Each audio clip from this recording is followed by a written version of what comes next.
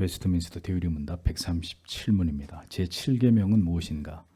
제7계명은 간음하지 말지니라 이다. 그렇습니다. 간음이란 결혼이라는 합법적인 관계 밖에서 일어나는 모든 성적인 죄악을 가리킵니다.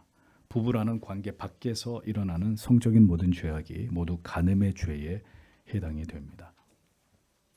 혼전 순결을 지키지 않는 일, 부부가 아닌 남자와 여자가 성적인 죄를 저지르는 일 모두가 간음에 해당되는 죄입니다. 예수께서 마태복음 5장 28절에서 나는 너희에게 이르노니 여자를 보고 음욕을 품은 자마다 마음에 이미 간음하였느니라 라고 간음에 대한 정의를 행위뿐만이 아니라 마음까지도 확대시켜 놓고 있는 것을 볼 수 있습니다. 결혼의 제도는 기원이 창세기 2장 18절입니다. 여호와 하나님이 가라사대 사람의 독처하는 것이 좋지 못하니 내가 그를 위하여 돕는 배필을 지으리라 하시니라. 24절에 이러므로 남자가 부모를 떠나 그 아내와 연합하여 둘이 한 몸을 이룰지로다. 자, 이런 말씀들이 결혼 제도의 기원이라고 볼 수 있습니다. 독신의 은사를 가진 자는 혼자 살아도 성적인 욕구에 관해서 불편함이 없을 만큼 통제가 되는 것을 전제로 하는 것입니다. 그러니까 성적인 욕망에 얽매이지 않고 한 번뿐인 인생 속에 내가 주의 일에 전념하겠다. 이런 구별된 마음, 경건한 마음, 그런 생각과 의지를 가진 자를 우리는 독신의 은사를 가진 자로 따로 떼어놓습니다. 그런 자들이 결혼이라는 제도에 얽매이지 않고 주를 위해서 거룩한 삶을 사명을 따라 살아가는 것 또한 하나님께서 기뻐하시는 바이나 그렇지 않은 자들은 혼인을 통해서 결혼을 하는 것이 하나님께서 명하신 바입니다.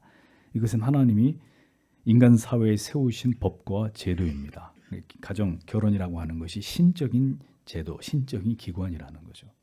누구도 이것을 무너뜨리거나 임의로 변개시킬 수 없습니다.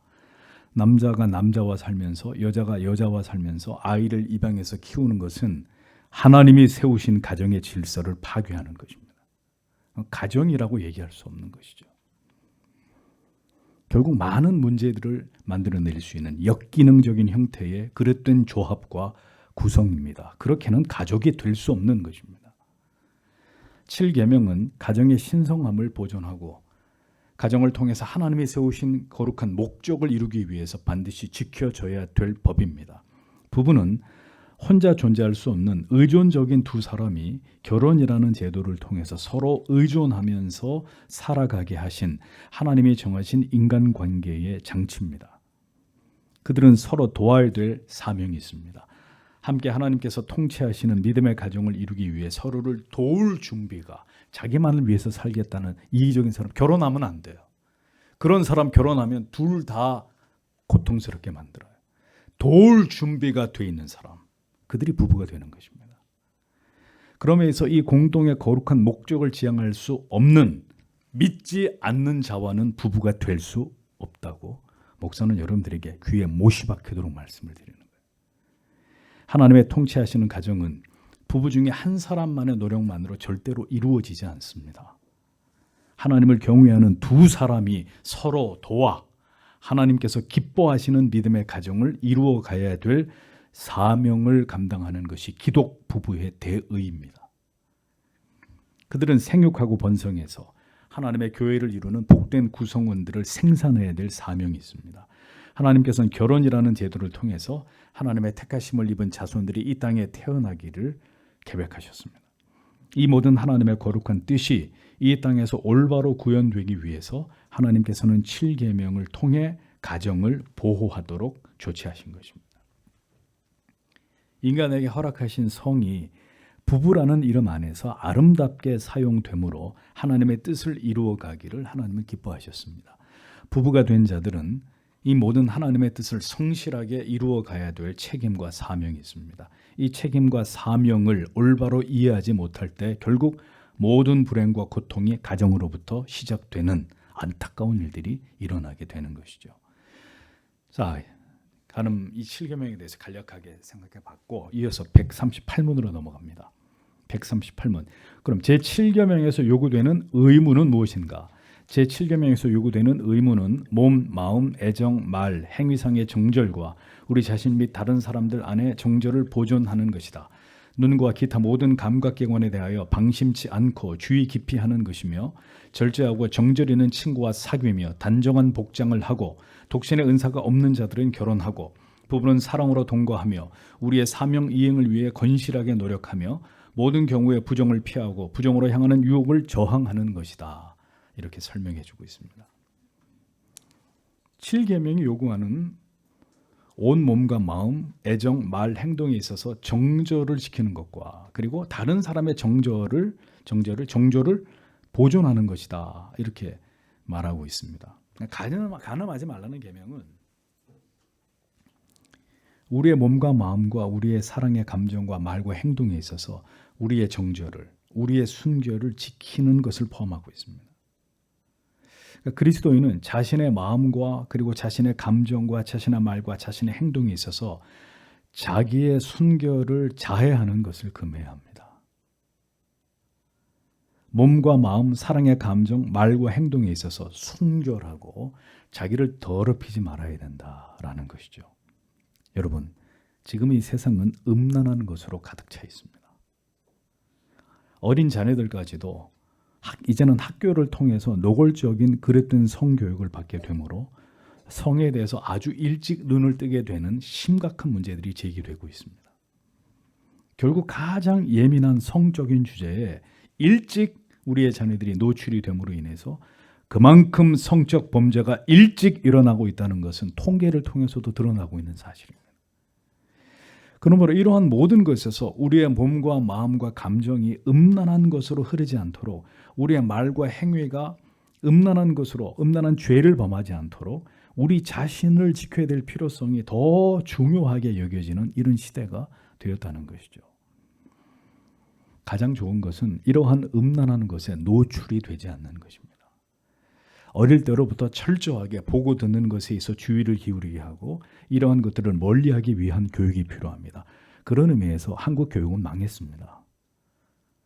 어린 아이들한테 태블릿을 주고 이것으로 학습을 하게 만드는 이 미친 짓들을 학교에서 하고 있는 거죠. 그럼 아이가 태블릿을 통해서 학습만 합니까? 이것을 수단으로 모든 것들을 다 보고 즐길 수 있는데 이런 생각은 못하는 거죠. 교육 전문가라는 사람들이. 성적인 것에 일찍 눈이 뜰수록 성적인 죄악에 대한 치명적인 유혹은 더 일찍 사람의 마음과 영혼을 무너뜨리게 됩니다. 음행은 그래서 성경이 피하는 것이 답이라고 얘기했잖아요. 모든 음란한 것들을 멀리해야 되는 것입니다. 그리스도인들은 성적인 농담이나 음란한 말들을 금해야 합니다. 우리의 몸과 마음과 생각과 행동이 음란한 죄를 범하지 않게 해야 합니다. 성적인 죄를 저질러야만 음행이 아닙니다. 주님이 말씀하셨어요. 음란한 생각만 해도 이미 음란한 죄를 범한 것이라고 주께서 우리에게 경고하셨습니다. 마음과 생각과 말에서 음란한 것이 머물면 그것을 행동으로 옮기는 것은 시간 문제입니다. 시간 문제예요. 늘 음란한 것을 생각하고 있으면 결국 마귀가 음란한 것으로 덫을 놓으면 그 덫에 걸려들 수밖에 없는 것은 자연스러운 일입니다. 아예 우리 눈앞에 사라져야 마음에서도 지울 수가 있습니다. 정절과 순결을 지키는 일은 이것들을 멀리하는 것입니다. 이렇게 우리 자신을 지킬 뿐 아니라 다른 사람들의 순결까지도 보존해 주는 것이 7계명이 우리에게 요구하는 바라는 사실을 기억해야 합니다. 내 자신을 지킬 뿐 아니라 다른 사람의 순결까지도 우리는 지켜주어야 합니다. 그런데 이 시대를 보세요. 이미 성에 대해서 해방된 자유분방한 사회를 우리는 지금 살고 있습니다. 간통죄가 폐지되었고 합법적인 부부가 아니더라도 이제는 법적인 보호를 받을 수 있게 됐습니다. 성에 대한 억압을 인권에 대한 인간 본능에 대한 억압이라고 규정하고 성적인 모든 억압에서 자유와 해방을 합법화하고 있습니다. 그래서 차별금지법의 내용 가운데는 미성년자들이 성관계를 하는 것을 적극 허용하고 있습니다. 여러분, 이것이 인권입니까? 중고등학생이 임신을 하고 학교를 다녀도 이것을 처벌할 수 없습니다. 처벌해서는 안 되는 겁니다.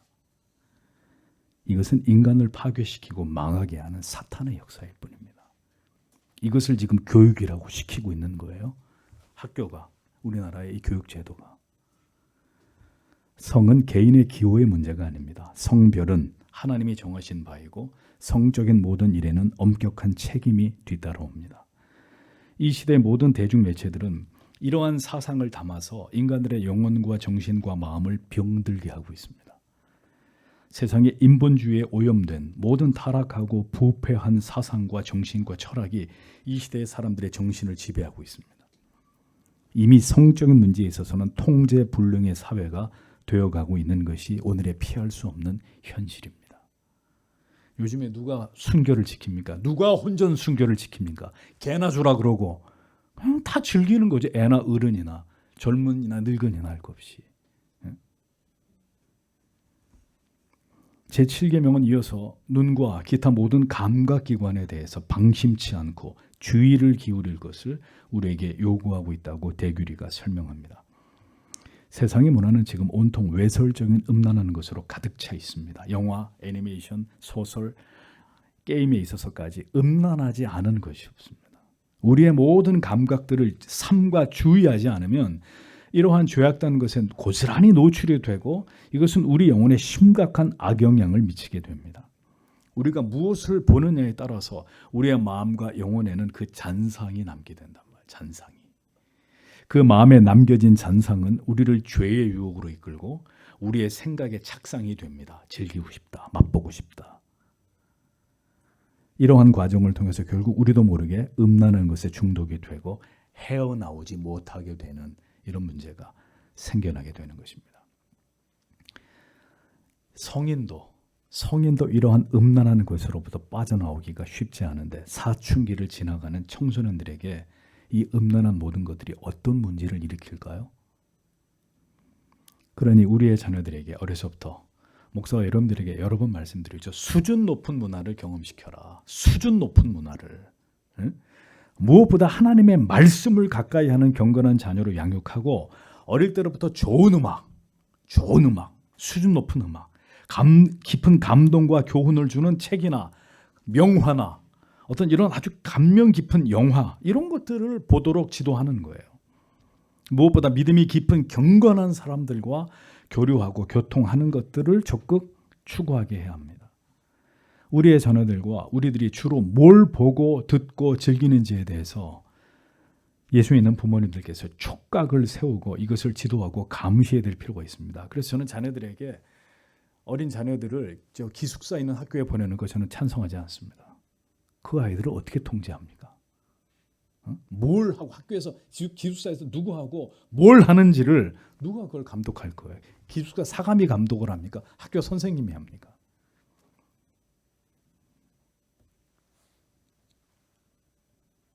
언제나 말씀드리지만 악한 것이 들어오기 전에 먼저 거룩한 하나님의 말씀이 우리 자신과 자녀들의 영혼을 채우도록 힘써야 합니다. 이제는 어디든지 경건한 그리스도인들을 찾기가 쉽지 않습니다. 그 말은 우리 자녀들이 벗을 삼을 수 있는 거룩한 자녀들이 빠르게 사라지고 있는 시대입니다. 우리 아이가 학교에서 경건한 그리스도인이 되려면 우리 아이 주변에 9명, 10명의 친구들이 다 경건해야 되는데 그런가요? 요즘 학교 상황이 그래요? 아이들 학교에 교회 다니는 애 손들어 그러면 한두 명 있을까 말까요? 요즘 학교가요. 군대도 마찬가지. 이제는 군목이 없어지고 있습니다.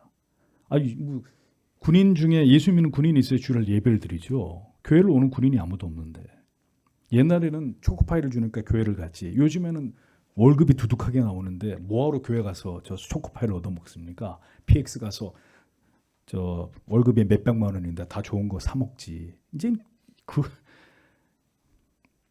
우리 주변에 예수 믿는 착한 아이들이 많이 있어요. 우리 아이도 그 틈에서 착하게 자라는데 눈 씻고 찾아봐도 예수 믿는 아이들이 없다면 우리 아이가 그 틈바구니에서 어떻게 경건한 그리스도인으로 자랄 수 있을까요?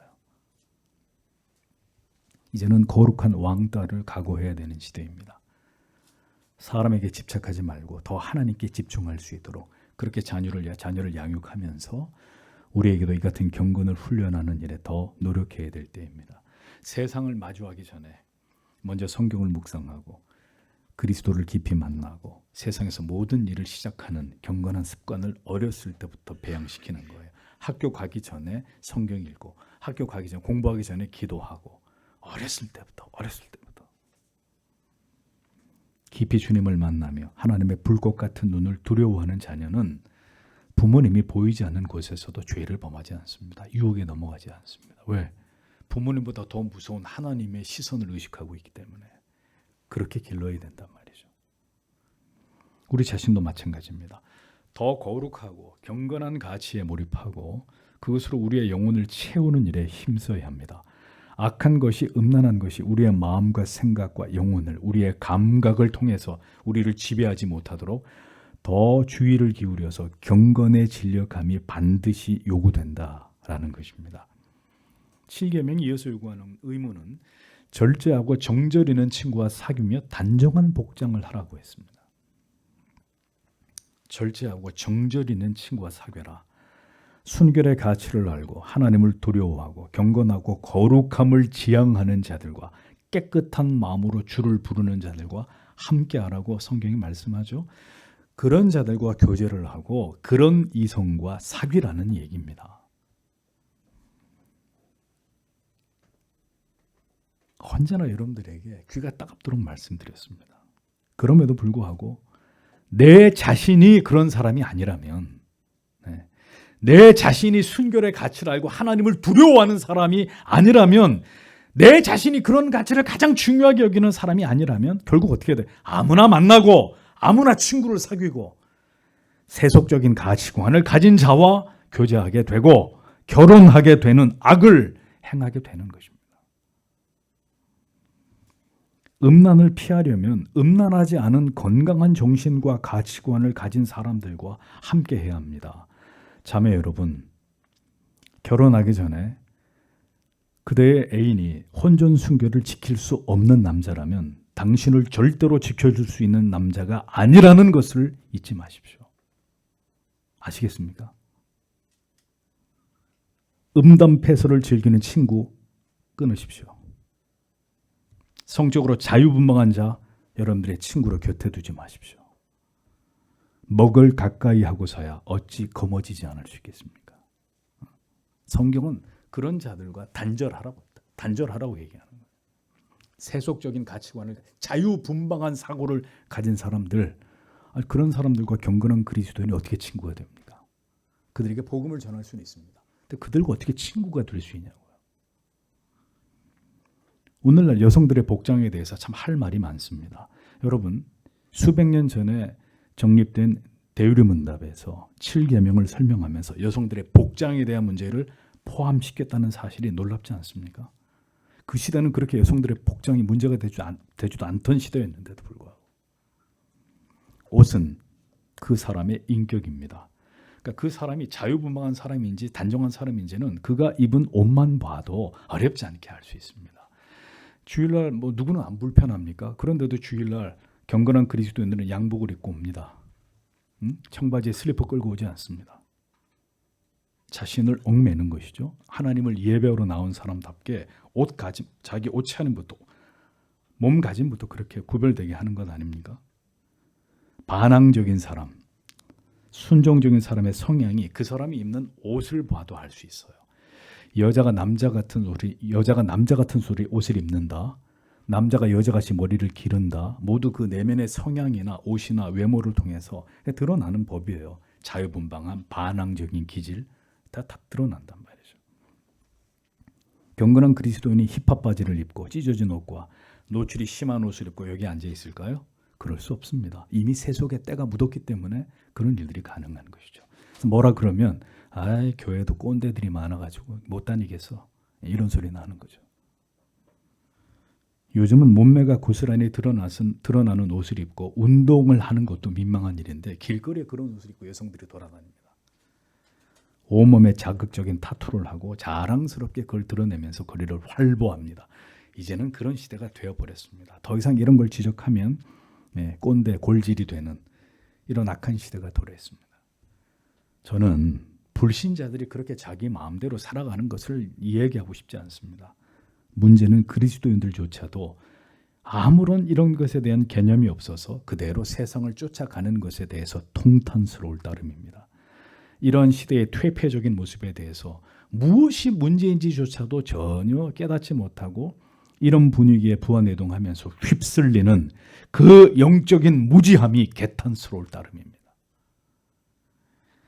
복장을 단정해야 하는 것에서부터 그리스도인은 내 자신과 타인의 성적인 순결을 지키기 위해 노력해야 되는 사람들이라는 사실을 잊어서는 안 됩니다. 내 옷차림이 다른 사람을 성적으로 자극시킨다? 금해야 될 일이죠. 금해야 될 일이죠. 그러니 그리스도인들이 예배를 드리러 오면서 운동복을 입고 오지를 않나, 반바지에 슬리퍼를 끌고 오지를 않나, 에? 이런 일이 가능한 것입니다. 사고가 자유분방하니까 why not 하는 거죠. 자유분방을 지향하는 방종이라는 사실을 생각하지 않는 것입니다. 그게 뭐죠? 자기 사랑이에요. 자기 사랑. 자기를 지독하게 사랑하고 있다는 뜻입니다. 하나님 경외하는 사람 아닙니다. 독신의 은사가 없는 자는 결혼을 하라고 성경이 말씀합니다. 물론 결혼 혼자 하는 게 아니죠. 뭐 혼자 하고 싶다 그래서 혼자 결혼할 수 있어요? 경건한 그리스도인이 되어야 하고 품위 있는 외모, 매력적인 성품을 함양해야 합니다.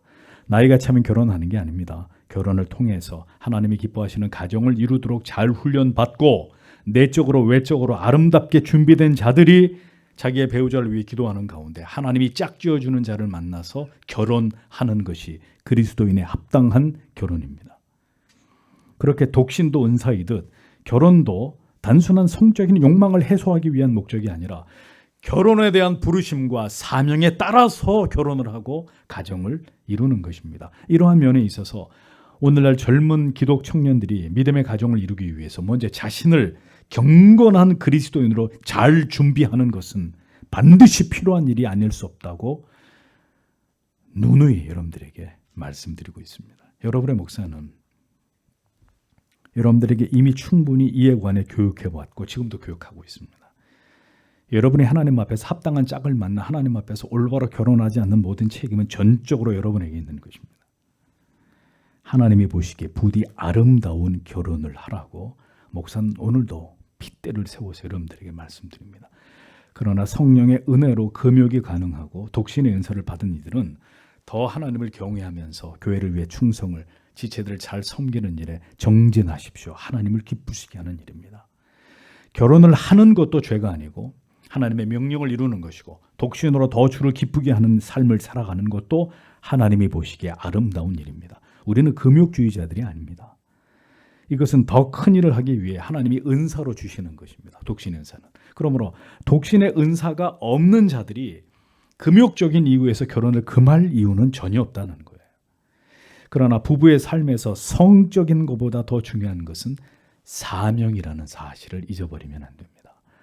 더 귀한 가치를 발견하고 결혼하고 연합하려 하지 않는다면, 그리고 이것을 결혼 생활 내내 지키려고 하지 않는다면 모든 부부는 결국 인간의 타락과 부패한 성품, 자기 사랑으로 인해서 어느 순간 갈등하게 되고 서로의 관계 속에 어려움을 겪게 될 수밖에 없습니다. 다시 말합니다. 왜? 사명이 없이 결혼했기 때문에.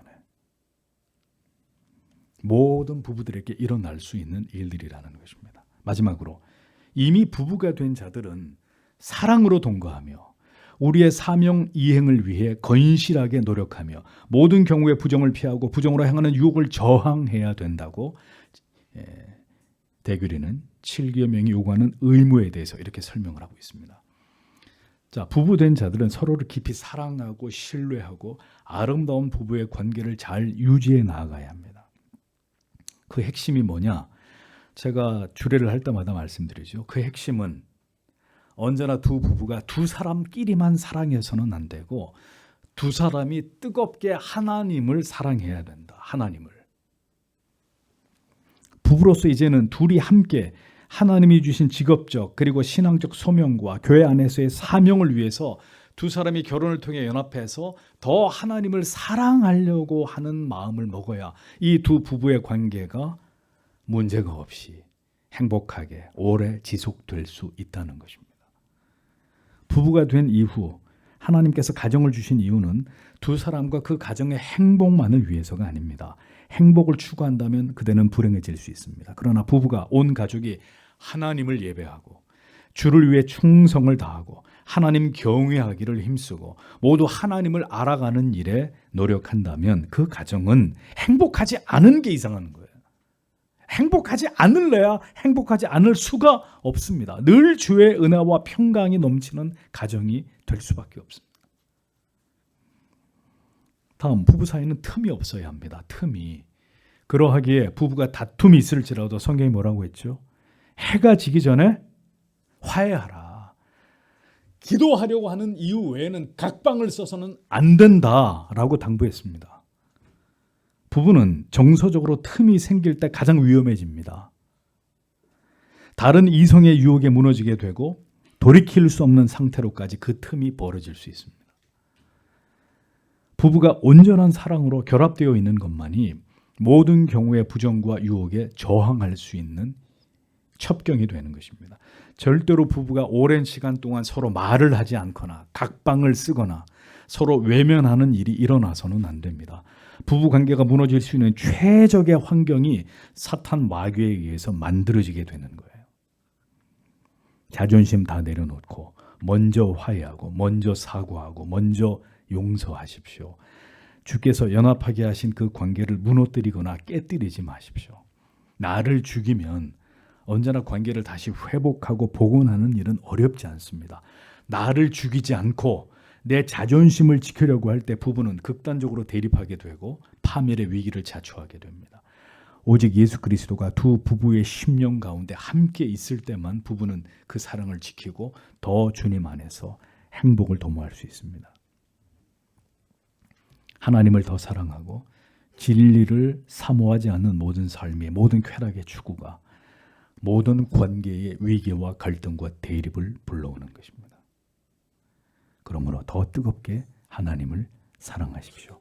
하나님께서 두 부부를 견고하게 지켜주실 것이고 그 가정이 결속될 수 있도록 하나님이 역사해 주실 것입니다. 주의 은혜가 여러분 모두에게 여러분의 가정 가운데 함께 하시기를 바랍니다. 기도하겠습니다.